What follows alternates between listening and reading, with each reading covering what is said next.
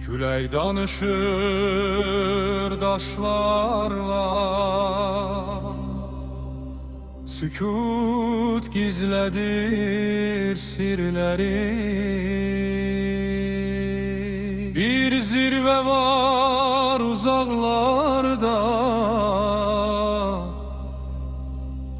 adımı çağırır gecelerde.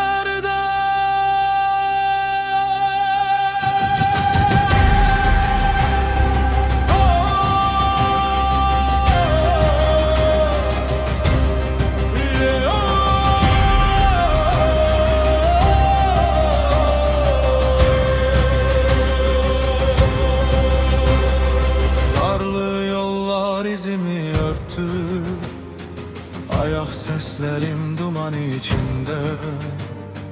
Göyler sustu, zaman dayandı, bir dua kaldı yüreğimde.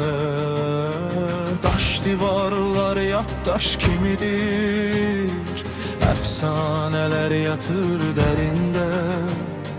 Bu yol məni mənə aparır, sessizliğin nefesinde. Korku düşer gecelerin kölgesine, ama ruhum sınmaz küleylerde.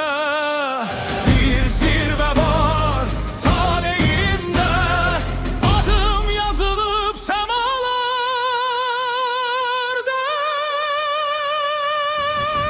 Zirvenin sükutu çağırır beni, dağlar oyadır içimdeki sirri.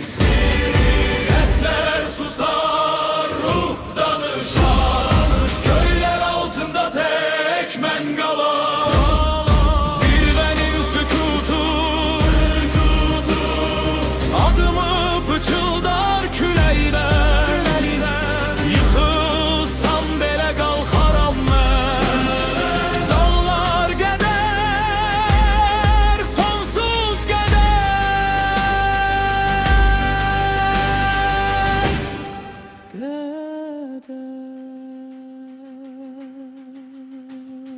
Ulduzlar yanır karanlık göyde, ümit gizlenir buzlu gecede. Her addımın bir savaş kimi, kalbim alışır zirvelerde. Köhne nağıllar yaşayır hele, kartal süzür sessiz göylerde. Bir insan iter zaman içinde, ama ruh kalar zirvelerde. Sükut bezenen büyük haykırıştır. Dağlar danışmaz, ama her şeyi hatırlayar.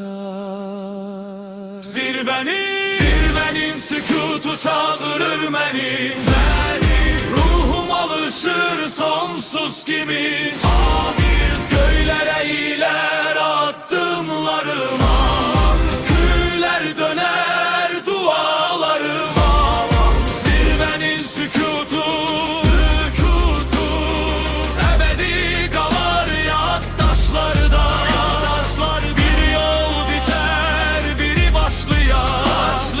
Dağların sonsuz kucağında,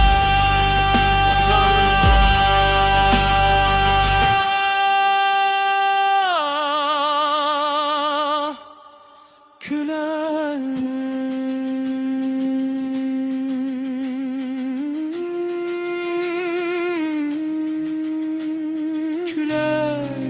yeni adımı değer.